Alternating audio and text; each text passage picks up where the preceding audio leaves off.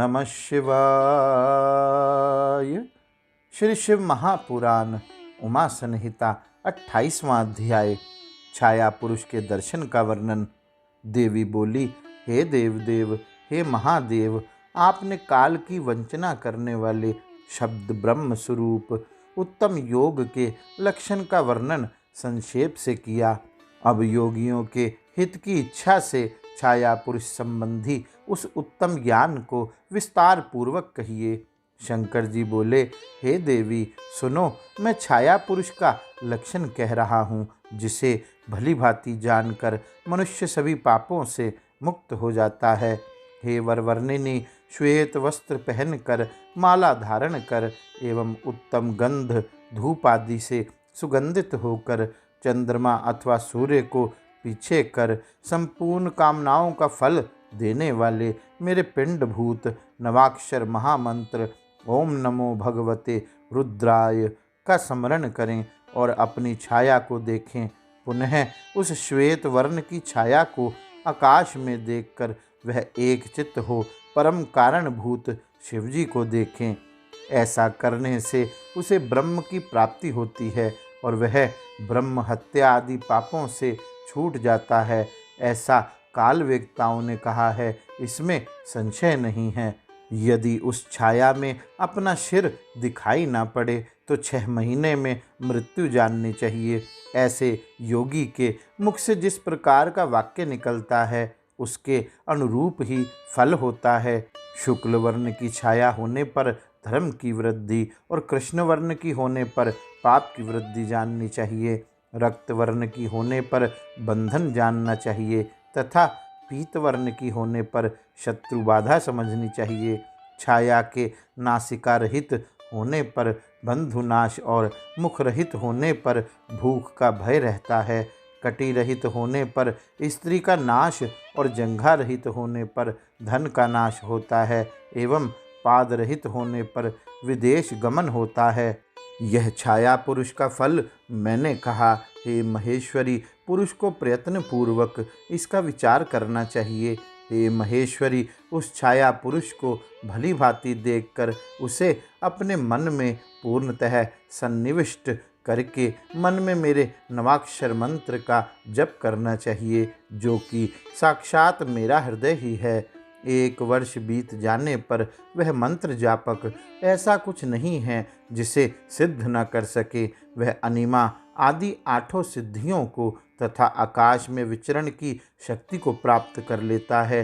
अब इससे भी अधिक दुष्प्राय शक्ति को प्राप्त करने वाले ज्ञान का वर्णन करता हूँ, जिससे ज्ञानियों के समक्ष संसार में सब कुछ सामने रखी हुई वस्तु की भांति प्रत्यक्ष दिखाई पड़ने लगता है।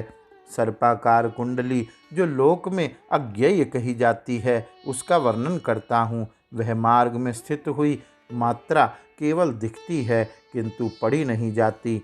जो ब्रह्मांड के शिरोभाग पर स्थित है, वेदों के द्वारा निरंतर स्तुत है, संपूर्ण विद्याओं की जननी है, गुप्त विद्या के नाम से कही जाती है। वह जीवों के भीतर स्थित होकर हृदयाकाश में विचरण करने वाली कही गई है। वह दृश्य, अदृश्य, अचल, नित्य, व्यक्त, अव्यक्त और सनातनी है।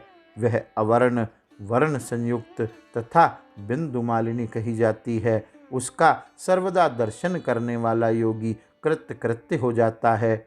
सभी तीर्थों में स्नान करने के बाद दान का जो फल होता है एवं संपूर्ण यज्ञों से जो फल प्राप्त होता है, वह बिंदु मालिनी के दर्शन से मिलता है, इसमें संदेह नहीं है।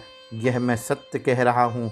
हे देवी, सभी तीर्थों में स्नान करने से तथा सभी प्रकार के दान करने से जो फल मिलता है एवं संपूर्ण यज्ञों के अनुष्ठान से जो फल मिलता है, वह फल मनुष्य इसके दर्शन से प्राप्त कर लेता है। हे महेशानी, अधिक कहने से क्या लाभ, उसके सभी मनोरथ पूर्ण हो जाते हैं। अतः बुद्धिमान पुरुष को योग ज्ञान का नित्य अभ्यास करना चाहिए। अभ्यास से सिद्धि उत्पन्न होती है, अभ्यास से योग बढ़ता है, अभ्यास से ज्ञान प्राप्त होता है और अभ्यास से मुक्ति मिलती है।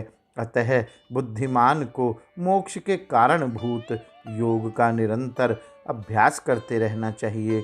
हे देवी, इस प्रकार मैंने भोग एवं मोक्ष देने वाला योगाभ्यास तुमसे कहा।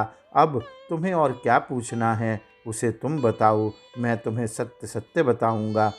सूत जी बोले, हे मुनीश्वरों, सनत कुमार के परमार्थ पद वचन को सुनकर पराशर पुत्र व्यास जी प्रसन्न हो गए। उसके अनंतर व्यास जी ने अत्यंत संतुष्ट हो सर्वज्ञ तथा कृपालु ब्रह्मपुत्र सनत कुमार को बारंबार प्रणाम किया। तत्पश्चात हे मुनियों, काली पुत्र मुनीश्वर व्यास ने स्वर विज्ञान सागर सनत कुमार की स्तुति की। व्यास जी बोले, हे मुनि श्रेष्ठ, मैं कृतार्थ हुआ। आपने मुझे ब्रह्म तत्व की प्राप्ति कराई। आप ब्रह्मवेत्ताओं में श्रेष्ठ तथा धन्य हैं।